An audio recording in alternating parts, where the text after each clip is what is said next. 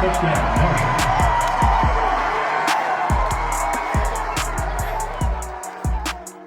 Shout out to our boy Corey Gamage on that little intro video. Welcome back to the channel. Welcome back to the series. I'm Kimbroplays. Well, season 3 has come to an end as we close the last episode on a high note, winning the Lending Tree Bowl and securing Coach Mayo's third straight 10-win season. Overall, he's an impressive 36-5 in 3 years, 5-0 against rivals, 5-2 against top 25 teams.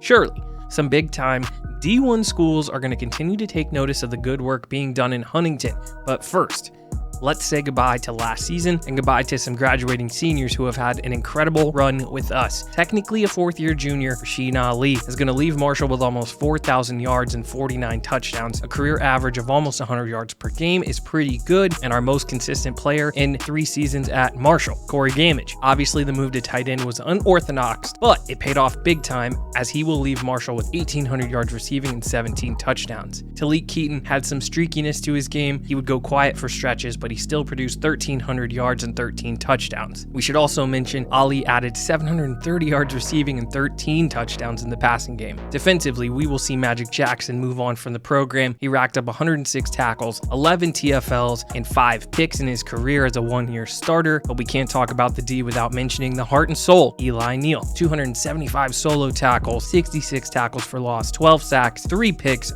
4 forced fumbles. He was easily my favorite player and the best defender for all 3 seasons. He'll be sorely missed. Lastly, Owen Porter set a great example with his motor as a multiple-year starter at defensive end, 15 sacks, 28 tackles for loss. We will definitely miss Owen Porter as his career wraps up. Truly the end of an era. Ali, Keaton, Gamage, Porter, Neal. Names we have seen since day one with this team. Now it's time to hear from some ADs around the country. First up, Illinois. Big Ten West champs coming off an 11-3 record and a trip to the Big Ten title game. The Chicago area has some great prep athletes, and the West is up for the taking. Very interesting option. Kirk Ferentz finally retires at 69 years old. Another team who could take control of the Big Ten West wants to talk to us. Could this be the start of a new run of relevancy for the Hawkeyes? Still looking to find a new leader after Frank Beamer, could Virginia Tech challenge Clemson as the ACC's best program? Putting together some solid, consistent seasons, great recruiting pool in Florida. We know from season 1 and 2 how tough FAU can be, but it would mean a lateral move back to Conference USA. Finally, trending downward, the Gamecocks are just 3 years removed from back-to-back 11-win seasons. They're looking for a boost from a young defensive coach. So what will it be for season 4? Well, let's not wait any longer. The job is not done here in Huntington. Troy and the Sun Belt Conference still need to get some of this medicine. We're back in the green for season 4. We definitely thought about a move to the Big Ten, but there's still too much to prove with this group of players. No changes to the coaching, as Coach Palmer, the DC, is back, as well as Coach Skip Holtz. He's back at offensive coordinator. But now it's time to jump into the Dynasty tool and see who is declaring for the draft. What? Rasheen Ali is coming back for his 5th year? He's decided it's not his time to go just yet. More on that in a minute as we are getting our running back 1 back for his 5th year. Unreal.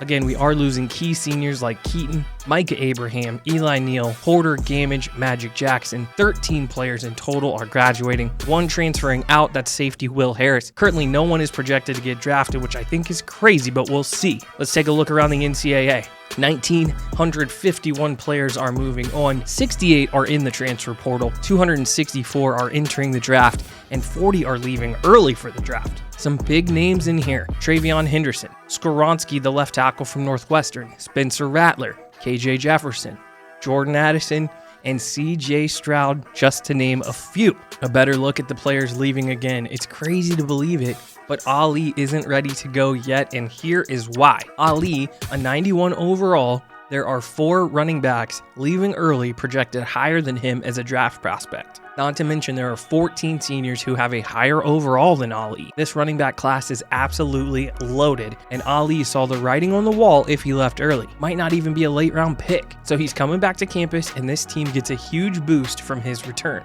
Sadly, no draft love for the herd this year. I really thought Neal and Gamage had a shot. And sadly, no transfers either. A bit of a bummer, but we'll keep it moving.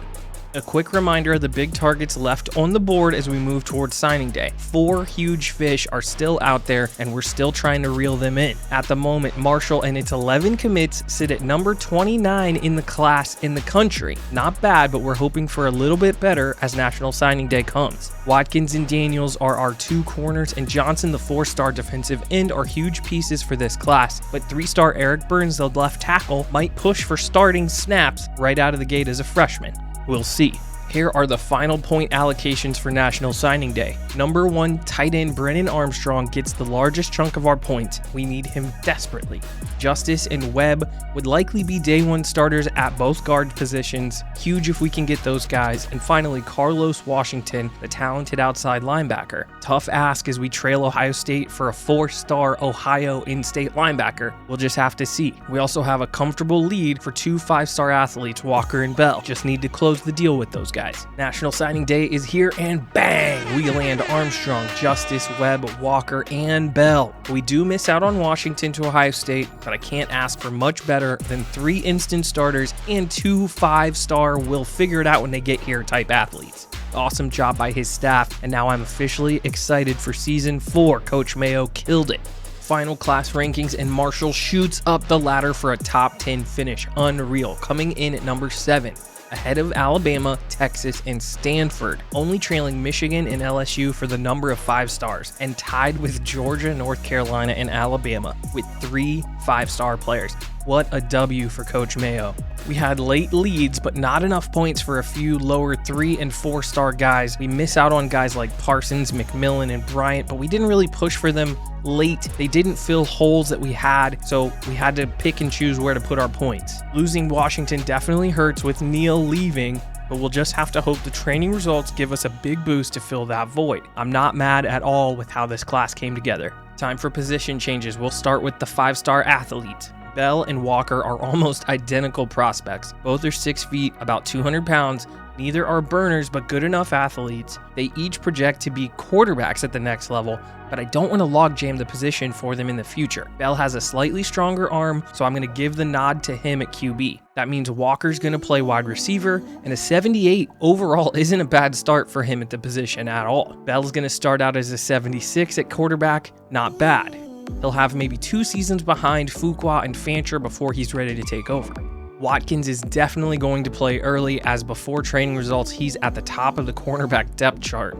We also signed Daniels to the position, but I think he actually might be better moving over to safety. We still have true sophomore Eric Love and Mario Sanders in that room ready to contribute. Definitely a good decision. As you can see here, Daniels goes from a 79 to an 81 by going to free safety. His 95 speed and coverage skills are going to be unreal in the secondary. Back into the Dynasty's tool for my favorite part of the offseason. It's training results time. Our first look, and it looks like a huge move for John Bass, Josh Hardiman, and Aiden Hubbard. We can also see updates to our program grades. A D- in academics, C+ in facilities and pro potential. Coach Mayo has a 98 rating. Meanwhile, offensive coordinator Coach Holtz is a 69, nice, and Coach Palmer is a 49. Overall, the team is an 81, slightly better on offense than defense, 84 and 80 respectively. Now, we'll switch to the screen where you can see the numbers a little better. John Bass with the biggest move on the team. He's now our best player at 92 overall. Ali and Fuqua, unfortunately, not making much of a leap at all. We'll start at quarterback. Fuqua, an 88, gets a +1 to his speed up to 91, +2 on his awareness is solid. However, we don't get anything on his throw power or his throw accuracy, which is heartbreaking. We'll just have to make it work with him again this year and adjust to his arm talent. I have high hopes for Fuqua. I also think Fancher can be a pretty decent player as he gets a +3 overall. He's going to have to be ready to take over if Fuqua explodes and goes early to the draft. Rasheen Ali is back, but he does not get a boost.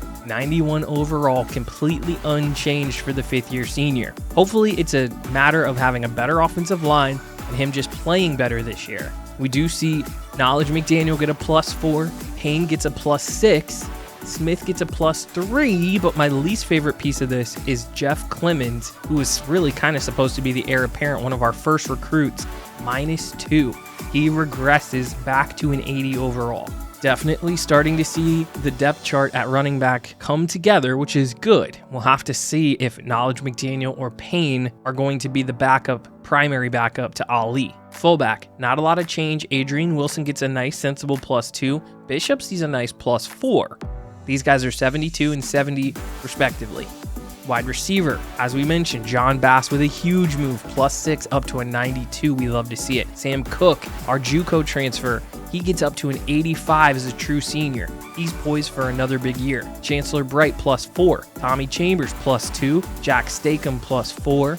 Matthews, Horton, and Williams, decent +2s and +4.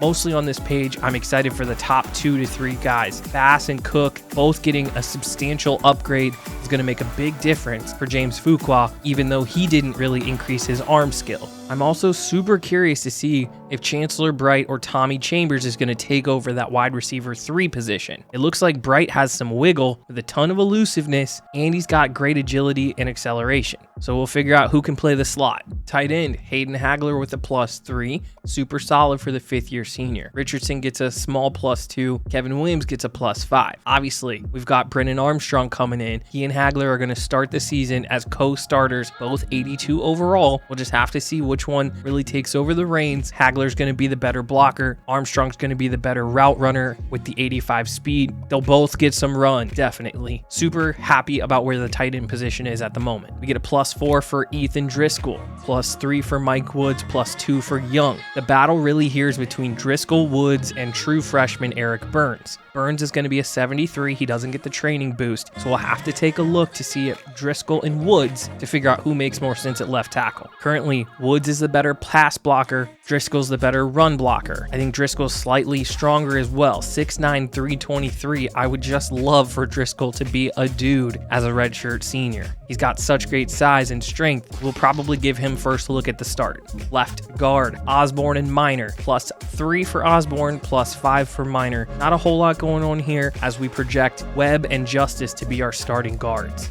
Everhart gets a nice +3. That's super solid. He's up to a 79. But Chris Everhart is our starting center, and he gets a really nice boost, including a +10 awareness overall. Joe Graham, really good year as a first-year starter. Jack Murphy both get a +4. This is going to be interesting because Graham is right there on the cusp. Justice and Webb are 80 overall. I think 80 and a 79. So he's right in the mix with these 2 true freshmen to see who's going to get the majority of the snaps at guard. Graham is definitely going to play if either of those guys struggle on either side. Corey Hawk, 77 overall, gets a +2. Kenny Jones with a +3. A moderate, maybe I would even categorize it as disappointing boost for Hawk. I had really high heights as he came in as a JUCO. We'll just have to see. He's still a really good run blocker and kind of a road grader at right tackle. So he's going to be a good player. Hopefully, he doesn't have any issues being leaky in pass coverage. That 77 overall rating is not great, but we'll see if he can make it work. Defensive end, Aiden Hubbard with the +6.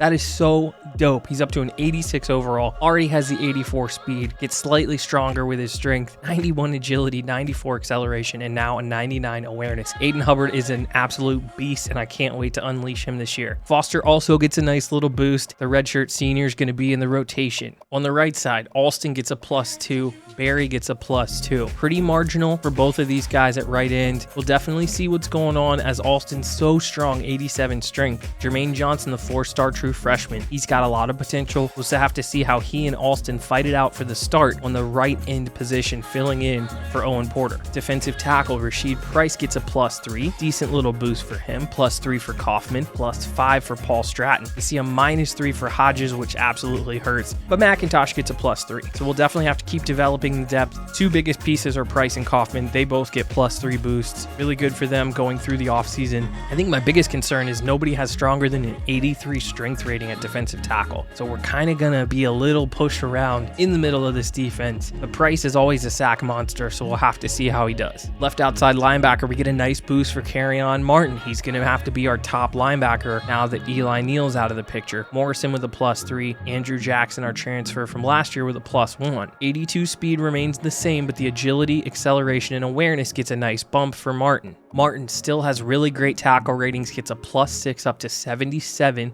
87 hit power, 80 pass rush move, 85 finesse route move, and then a 78 block shed, 85 pursuit. Just absolutely fantastic linebacker stats. Hopefully he leads us in tackles. Middle linebacker, pretty slight on the depth. Cedric Smith, the redshirt sophomore, is the only guy there at the moment. +3, he gets a 73 overall. Moderate tackle skills, 78, 76, pass rush at 77, block shed and pursuit. Really kind of not what you'd like to see from a competitive D1 program who's fighting to be in the top 25. So we may have to move some pieces around at linebacker. He might not be the starter at middle. Right outside linebacker, Jacorian Anderson only gets a +1. That hurts. Dwight Alexander also, and Hairston also, only +1s. Not sure what the linebackers were doing in the offseason. They should have been on the Carry-On Martin plan. Anderson still sort of our bigger bodied linebacker, kind of fills in that Sam role. I don't know if he's got the quickness or the tackle ratings to be a starter at middle linebacker. We'll just have to see what happens with the linebacking room. This would have been helpful to get Carlos Washington, but obviously he chose to stay in Ohio and join the Buckeyes. You can see where he would have fit really nicely on this roster. Corner, this one hurts. Eric Love, only a +1. I know these guys got burned a little bit last year, but not a big jump for Love, and Mario goes down by 2. That is crazy. I don't even understand how he goes into the negative playing all those snaps. He had a couple interceptions. I know, like I said, those guys got burned, but that hurts. Obviously, it helps. We got a lot of corners off the recruiting trail, but we're going to need a lot of help at corner continued if we are not going to develop the position well. Sanders loses agility. He loses some of awareness. Definitely tough that Love and Sanders don't really take that next step. Okay, looking at safety, Malcolm Folk, +5 up to an 80 overall. He actually leapfrogs Andy Johnson on the depth chart, which is kind of crazy. Andy gets a moderate +2. Certainly would have liked a little bit more from him, but Folk looks really good. 81 speed, 75 strength, 95 acceleration and agility, +8 to up to a 76 on his awareness. If he can tackle, he might be our best bet, because remember, we're moving Daniels into the free safety room. Malcolm Folk might be our best bet, a little undersized, only 201 pounds. He might be a candidate to play some linebacker for us. Decent tackle at 71, pursuit's really good at 88, play rec is decent at 81. He might be the guy. So good offseason for Folk. Shout out to him for the +5, getting himself up to an 80. Andy Johnson, only a decent little moderate boost, but he didn't go backwards, which at this point, that's all I really care about. Strong safety, Josh Hardiman continues to be unreal. +5 boost. He's now up to an 89 overall. The redshirt junior is the heart of this defense. He's the new best player. +1 to his speed, +3 to his strength. Agility and acceleration get a little boost as well, and he was already up to a 99 awareness. His tackle rating is solid, 72.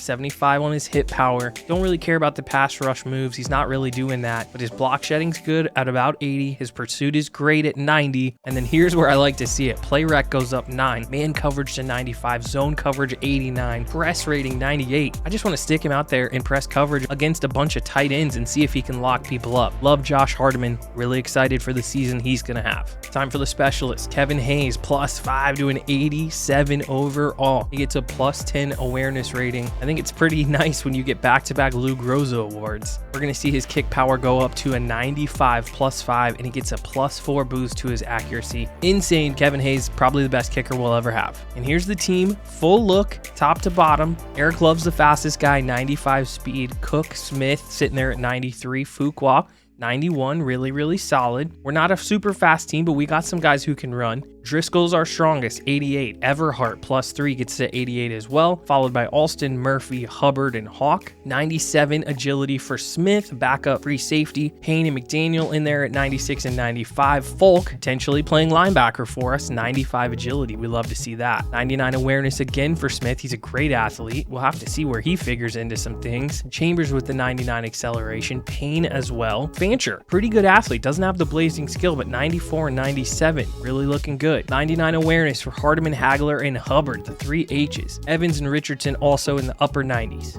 Really like this team. Training results are pretty good. Couple underwhelming spots, but all in all, the team got a lot better.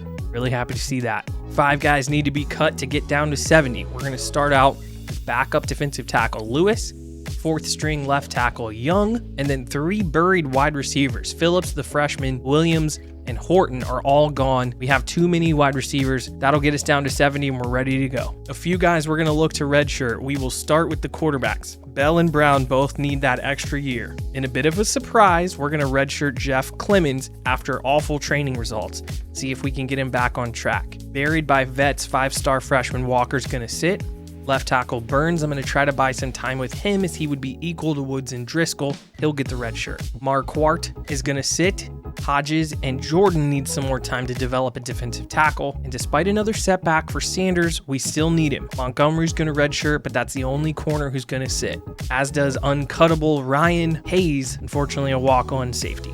Let's look at Marshall's schedule for Season 4. Week 1, we're headed to Happy Valley to take on number 24 Penn State. Great way to kick off the season. Then we go Kent State, ULM, then another good game at Illinois. They're coming to Huntington. Another notable game at Boston College, Week 7, number 18 in the country. And then, of course, the rematch with Troy. That comes in Week 10. Not Murderer's Row, but I like the way the schedule lines up. Okay, on to some thoughts about the depth chart. James Fuqua, QB1. He's going to start in front of Fancher. Running back, Ali's going to get the nod. Then we'll take a look at McDaniel, Payne, and Smith behind him. Fullback, it's Wilson. Wide receiver, we're going to go Bass and Cook. Chambers is going to get the lean at slot, followed by Bright and Stakem.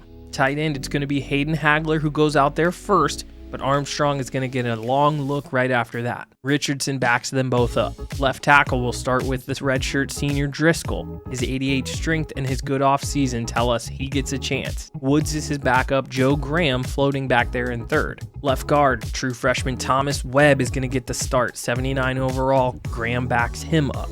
Center, it's Everett's position. Right guard Brian Justice, the other true freshman, is going to get the lean. And then Corey Hawk gets the nod at right tackle. We'll have to see how he holds up in the pass pro. Left end, it's Hubbard, of course. Alston is the backup, followed by Foster. Right end, Jermaine Johnson, the true freshman, is going to get the look first. 83 speed, 80 strength. I really like his skill set. Alston and Foster will back him up. Price, Kaufman, Stratton, and then Alston as a rotational defensive tackle, kind of a flex. That's our defensive tackle group. Martin at left outside linebacker. Folk is going to back him up, and then Smith. And then Folk is actually going to start at middle linebacker with Smith. We'll have to see how that whole thing pans out. I know he's undersized at 200 pounds. Smith could come in and play, but I hope Folk just wins and keeps the job. Right outside linebacker, it's Anderson, Smith, and Folk following. Watkins, the true freshman, is going to get the first look. Unbelievable. Eric Love, Mario Sanders, Ward, and Smith are the starting corner group. Obviously, we're going to need to see some big things out of Sanders as he'll probably guard the slot. Daniels, the transition, making it official at free safety. He's going to start. Luckily, Folk moves into the linebacker room. Remember, it's a 3-safety system, so Daniels and Johnson are kind of co-starters. Then we've also got Josh Hardiman. Of course, can't forget about him, 89 overall. He's backed up by Evans and Smith. Hayes, of course, the kicker. Thompson, the punter, our true freshman. Kick returning, Knowledge McDaniel. Also handling the punts, of course. Jam-packed off-season episode. Thank you so much for watching if you made it to the end. Many new fun pieces for this Marshall program heading into year 4, and some unexpected familiar faces set to return and have a huge impact. It all kicks off against Penn State in the next episode, so be sure to drop a like and subscribe so you don't miss a video. I love you guys. I'll catch you in the next one. Peace.